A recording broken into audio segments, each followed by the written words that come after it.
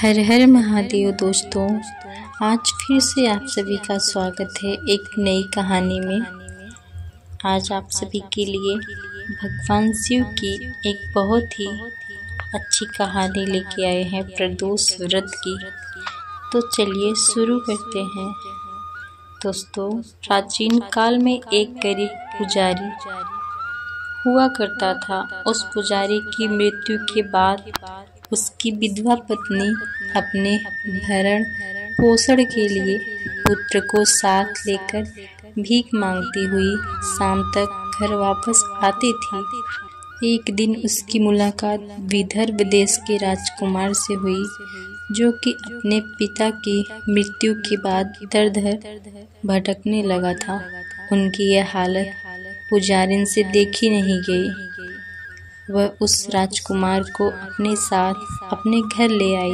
एक दिन पुजारी की पत्नी अपने साथ दोनों पुत्रों को शांडिल्य ऋषि के आश्रम ले गई। वहां उसने ऋषि से शिव जी के प्रदोष व्रत की कथा एवं विधि सुनी तथा घर जाकर वह अब भी प्रदोष व्रत करने लगी।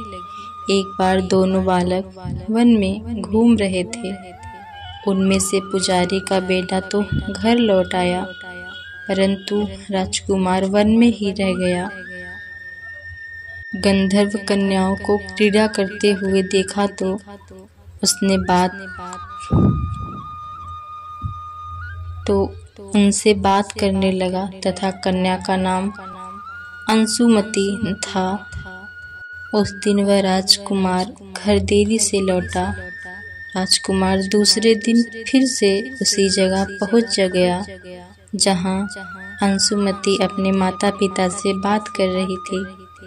तभी अंशुमति के माता पिता ने उस राजकुमार को पहचान लिया तथा उनसे कहा कि विदर्भ नगर के राजकुमार हो ना, आपका नाम धर्मगुप्त है।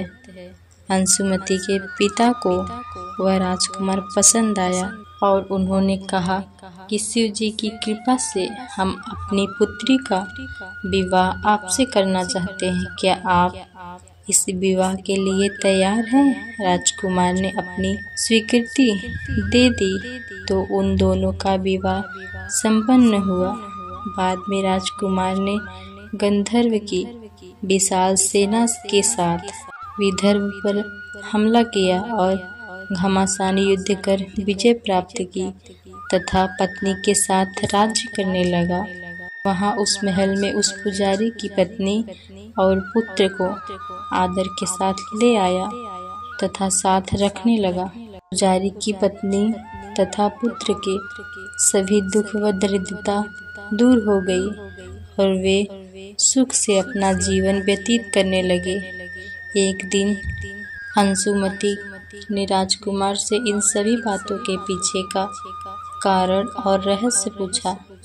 तब राजकुमार ने अंशुमति को अपने जीवन की पूरी बात बताई और साथ ही प्रदोष व्रत का महत्व और व्रत से प्राप्त फल से भी अवगत कराया। उस दिन से प्रदोष व्रत की प्रतिष्ठा व महत्व बढ़ गया तथा मान्यता अनुसार लोग यह व्रत करने लगे। कई जगहों पर अपनी श्रद्धा के अनुसार स्त्री पुरुष दोनों ही यह व्रत करते हैं। इस व्रत को करने से मनुष्य के कष्ट और पाप नष्ट हो जाते हैं एवं मनुष्य को अभीष्ट की प्राप्ति होती है। दोस्तों, कैसा लगा आप सभी को ये कहानी हमें जरूर बताइए और आप सभी वीडियो को लाइक कर दीजिए और चैनल को सब्सक्राइब करके कमेंट बॉक्स में हर हर महादेव जरूर लिखिए। धन्यवाद।